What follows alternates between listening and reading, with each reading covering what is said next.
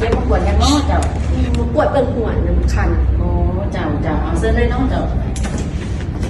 สบายดีสนั่งก่อนเด้อซื้อตัวเล็กเนาะ ไหวไหมเนี่ย มากับไผ่ มากับอันใหญ่ มากับเอื้อยเนาะตัวเล็กเป็นเขาทำอายุตัวเล็กก่อนตัวเล็กซื้อตัวเล็กมีอายุจักปี36มาจากบ้านไหน บ้านห้องแก่เก่า ห้องแก่เนาะห้องแก่กระไกลเติบเลยเนาะห้องแก่นี่ขึ้นกับเมืองเนี่ย มึงใส่จะถา เป็นจังไหนมากวดหนัง เมื่อก่อนรู้สึกว่าคันหัวมันเป็นแบบเดินนี่แหละ แล้วแบบว่ามันเป็นโตแล้วแบบหาแต่รู้สึกนะประมาณ2-3วันนี่แหละไปซ่าหัวแล้วแบบรู้สึกว่ามันคือเป็นเดินอะสินะแบบมันก็คัน หลายกอง ไหลแต่มันออกนวลพร้อม เขารู้สึกมาได้โดนปันไดแล้วความคันนี่นะ เขาที่จื้อได้ประมาณที่ผ่านมาบูมู2-3 มื้อนี้รู้สึกว่ามันคันหลายขึ้น ผมดีเป็นจังไหนมันหล่นบอ หล่นอยู่ไหน หล่นเนาะแล้วเป็นจุกเลยเป็นจุกเลยแล้วเป็นเดินเลยอ่ะ มันก็เป็นเดินบางบอนเนาะแต่ก็บอกว่าเป็นอย่างก็เลยมาปวดเบิ่ง โอเค เดี๋ยวหมอจะเปิดให้เด้อโอเคนี่จะขออนุญาตเนาะให้แก้ผมออกสิ้นผมออกกันนะแบบให้ลากผมออกเลยเดี๋ยวหมอเบิ่งให้ หลานบอก เนาะเบิ่งลากผมเลยก็ได้โอเคขออนุญาตเด้อ แก้เห็บ ค่อยๆก็ได้ รู้สึก เดี๋ยวหมอซอยเนี่ยเด้อถ้าเจ็บระบอกเด้อ แก้ ได้ซาหัวมาบอ ก็สะอยู่ใด จ่ายเนาะมีรังแคมาหลายมือระบอนี่ เขาที่จื้อได้ก็หลายมื้อเติบอยู่แต่บอกว่ามันเป็นอย่างแบบคัน เป็นเดินอยู่นี่เนาะแล้วมีชุดอื่นอีกบอที่แบบเป็นเดินอีกของเราเนาะ ก็ตอนอีกก็นึกว่ามันเหมือนหัวเทศจุดแบบอะไรมาแล้วคันเป็นจุดเลย เจ้าแล้วเขาได้ทายาหรือใส่ยาอะไรมาก่อนบ้าง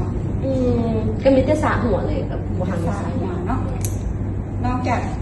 สาหัวอย่างเดียวเขาได้ไปสาหัวอยู่นำแบบฮานนันสาคมนั่นบอกรักษาเอง หลักๆมีแต่สาหัวอาสมมติมันคันขึ้นก็เลยแบบคันเพิ่มขึ้นนะก็เลยมาสาเองว่าเขาลอง อ๋อ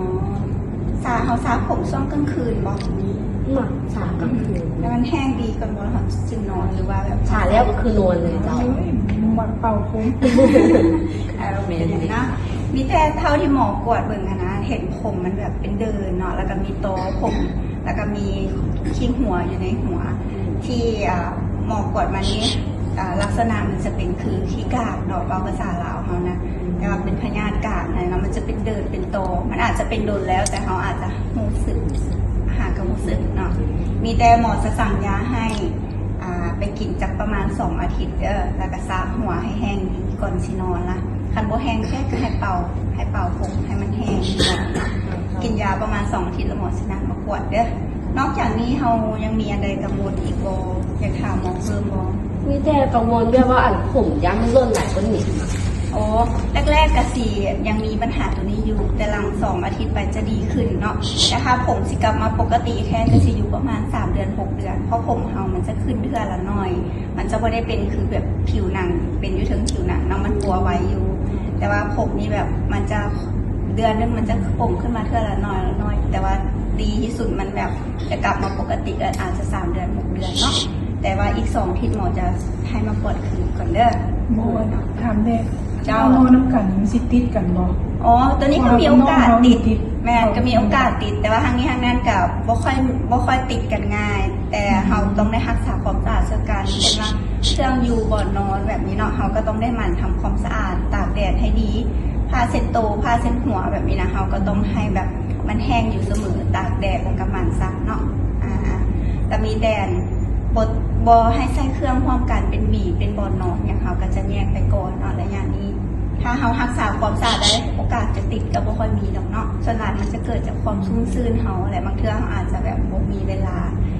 คือว่าเมื่อกี้นี้เนาะว่าตัวเล็กว่ามักอาบน้ำแล้วก็สระหัวแล้วก็ไปนอนเลย มันอาจจะยังบ่แห้งมีความซื่อๆก็เลยเฮ็ดให้เกิดตัวอัน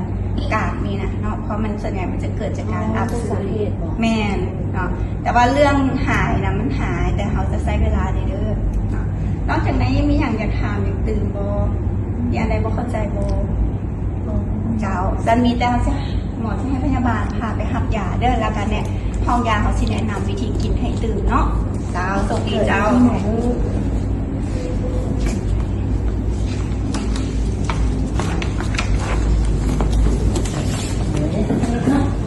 อย่างเนาะไปที่ทำอะไรนี่อย่าง ตัวเล็กเนาะไปหาท่านหมอมาแล้วเนาะเป็นสั่งยาให้เนาะอยากจะเอาให้เนาะ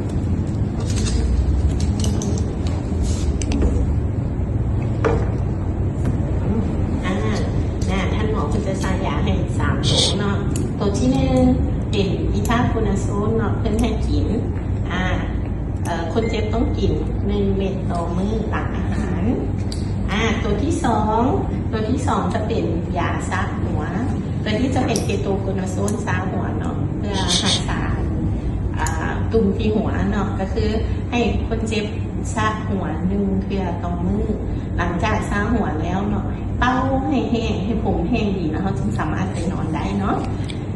สำหรับยาตัวที่3เป็นยายอดตุ่มอยู่หัวเขาคือเขายอดมองใดที่เป็นตุ่มเนาะเขายอดใช่มองบริเวณที่เป็นตุ่มเนาะอันนี้ก็คือยอดเทื่อ1 เทื่อต่อมื้อเท่านั้นเนาะอันนี้คือยา3 ตัวที่ท่านหมอเพิ่นให้มาคนเจ็บพวกเข้าใจวิธีกินวันวิธีใส่หมอหรือว่าจะให้อธิบายคือตัวไหนตัวนี้มันต้องกินก่อนอาหารหรือว่าหลังอาหารกินหลังอาหารเนาะกินแต่1 เม็ดต่อเทื่อเท่านั้นต่อมื้อเข้าใจเนาะอันนี้ก็เดี๋ยวมาไปทำเข้าใจเลยเอาให้ได้คนจืดส่วนได้เนาะมีแต่ว่าเอาไปเนาะถ้าบอกเข้าใจวิธีกินแนวไหนสามารถก็มาถามเขาได้เนาะขอบใจหลาย